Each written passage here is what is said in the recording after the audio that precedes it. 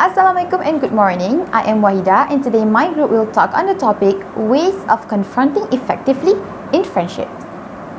So, first thing first, what is friendship? According to Joseph A. DeVito 2016, friendship is an interpersonal relationship between two interdependent persons that is mutually productive and characterized by mutual positive regard. To understand this better, this definition can be divided into three parts. First, friendship is an interpersonal communication. This is because the interaction must take place between the people. Second, friendships must be mutually productive. It means friendships cannot be destructive to either person. Friendship must enhance the potential of each person. Lastly, friendships are characterized by mutual positive regard. We do not want to call them friends if we do not like them, right? So, liking that person is essential in building a friendship. Other characteristics of friendships are like we must trust each other, we give emotional support, and also we might share the same interest. So, with all of this, only then we can call the relationship a friendship. Okay, next, we will discuss what conflicts usually happen in a friendship.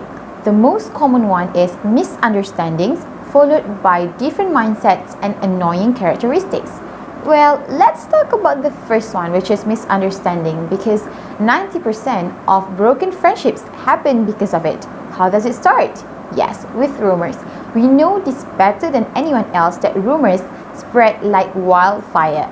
You might have heard someone say something about you to someone else, and so on and so forth. Some people are experts at exaggerating things and adding their tidbits to make the gossip spicier. This is the key to broken friendship, and we want to avoid that. So how are we going to confront them if situations like misunderstandings, different mindsets, etc. happened? Do not worry, there are few solutions and we will explain 4 ways of confronting effectively in friendship. The first one is win-win strategy. A win-win is when both sides experience a positive outcome, meanwhile win-lose is the opposite. A win-win solution is the most desirable solution because it leads to mutual satisfaction and prevents resentment. Win-win solutions also make the next conflict less unpleasant, and it becomes easier to see the conflict as solving a problem rather than a fight. Plus, a win-win solution also promotes mutual face saving, where both parties can feel good about themselves. My personal experience on this is when my best friend and I both have different mindset. We always work together for group assignments, and when it comes to giving an opinion, we will always argue.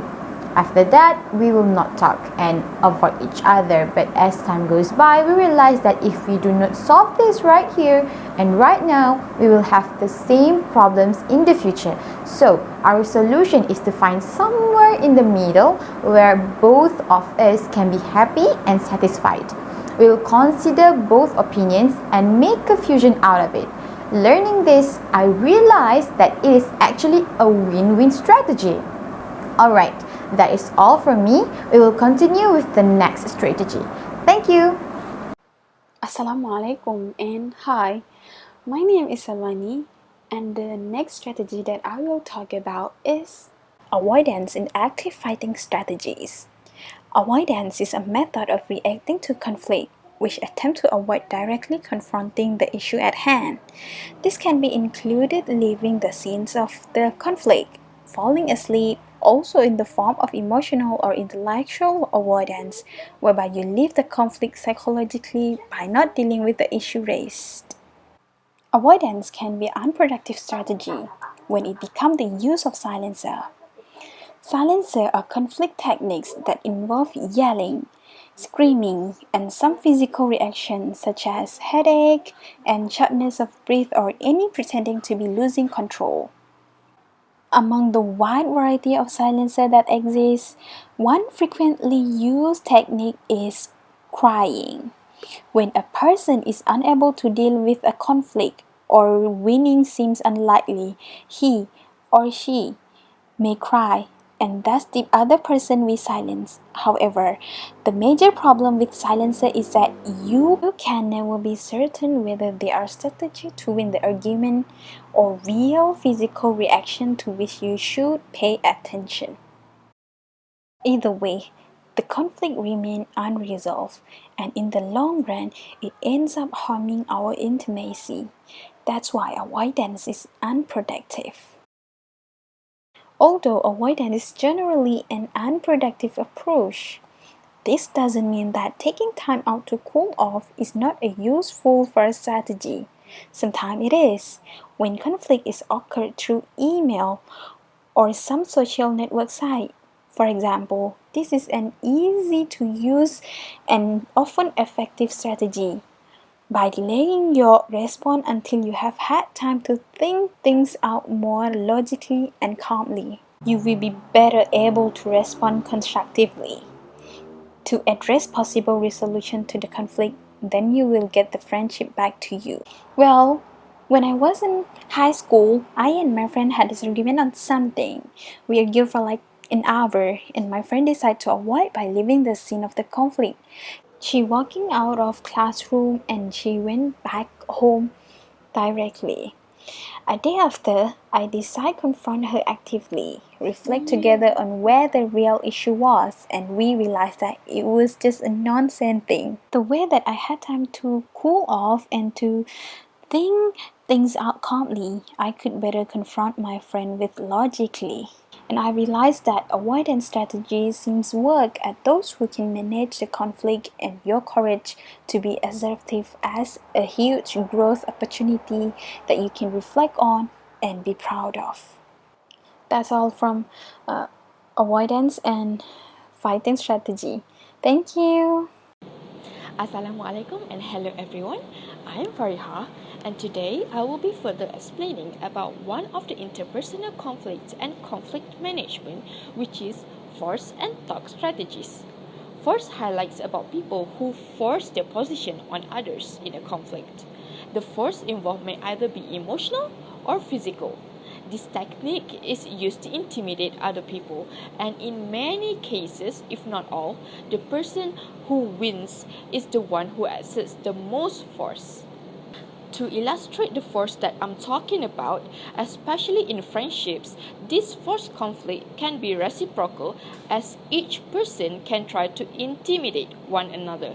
Emotional abuse is one of the most common force that is used in friendships. Manipulation, yelling, degrading or belittling the other person are some of the examples for emotional abuse. But of course, it's not only limited to those. Physical violence is a force technique as well. Therefore, the only alternative to force is talk. Having the qualities of openness, positiveness, and empathy are a good start to talk. But to improve the efficiency of the talk, you must also be an open and active listener. How do you do that, you may ask? First, you act the role of the listener. Pay full attention to the person who is voicing out their concerns and make sure you fully understand what they're saying. One way to make sure that you understand is to ask questions. You can also paraphrase what they're saying and reconfirm. Next, you express your support and empathy for what the other person is saying and feeling. This helps to make the other person feels like they're being understood, seen, and heard. Then, you can proceed with stating your thoughts and feelings on the arisen issue as objectively as you can. This is to ensure the other person sees things from your perspective and work through the issue together. I have to admit that there was one time where I wasn't being a good listener to a dear friend of mine when she was telling me her concerns, but I couldn't understand what went wrong, and that led us to a big conflict. It was frustrating and the argument was intense about who was in the wrong at the time. But after we spoke things from our point of views, the issue was quickly resolved. This talk alternative is easier said than done, as it needs a lot of practice to be able to resolve conflicts properly, but this will definitely be useful for both personal and professional settings. That would be all from me. Thank you for listening. Thank you, Farihah. Hello and Assalamualaikum. My name is ROSDIANA and our final point would be verbal aggressiveness and argumentativeness strategies. So let's get right into it. Okay, firstly, verbal aggressiveness is an unproductive conflict strategy in which one person tries to win an argument by inflicting psychological pain onto the opponent and attacking their character such as their abilities, physical appearance, and background. They would commonly express their arguments by cursing, insulting, threatening, or even use vulgar gestures such as showing the middle finger, for example. Therefore, this strategy brings many bad values and consequences to a friendship. It can get really destructive as it prevents effective communication and may lead to violence. Although this strategy gives you a more tactical advantage to win an argument, it decreases your credibility as a person because it is seen as a tactic to discredit the opponent rather than resolve the conflict. Ultimately, using verbal aggressiveness when confronting your friend may deteriorate the friendship and possibly result in losing a friend. Well, argumentativeness strategy, on the other hand, is a more productive one because it refers to the willingness to argue reasonably and the tendency to speak on the significant issues. It is constructive in a way that it enhances communication, leading to good outcomes such as a stronger friendship bond. Plus, this strategy increases the user's credibility because it shows that you have a bright and positive attitude. Okay, now, how do we cultivate argumentativeness? Well, firstly, focus on the problem, not the person. Center your arguments around the main issues in the conflict only instead of trying to point out your friend's flaw or character. Secondly, avoid interrupting. Allow them to fully speak their mind before responding with your argument. Thirdly, make your opponent feel validated. So how do we do this? Show some interest in their point of view or attitude by giving appropriate compliments. Pay attention to their thoughts and do not be dismissive. Last but not least, allow your friend to save face, okay? This is very important. Avoid getting emotional, which might cause you to use a loud voice or vulgar expressions that could humiliate your friend. Remember to argue politely and respectfully. Okay, now I would like to share my personal experience that is related to argumentativeness strategy. So there was this one time where my close friend and I had a fight because there was a rumor going around about what I said about her. Okay, long story short, things pretty much took an ugly turn and we had the biggest misunderstanding. However, instead of degrading and yelling at one another, we chose to go get Starbucks together and talk it out nicely. She told me her side of the story and I told her mine. We heard each other out attentively. In the end, the problem was solved and we got even closer after that incident. So, as you guys can see, by using the argumentativeness strategy, the argument wasn't really an argument. It became more like an insightful discussion. Okay. Now, to summarize our presentation, conflict management strategies can be classified into two categories, which are effective strategies and ineffective strategies. Therefore, my friends, the best way to confront in friendships is by practicing the effective strategies and avoiding the ineffective ones. This way, the only outcome of a conflict would be an everlasting friendship dynamic.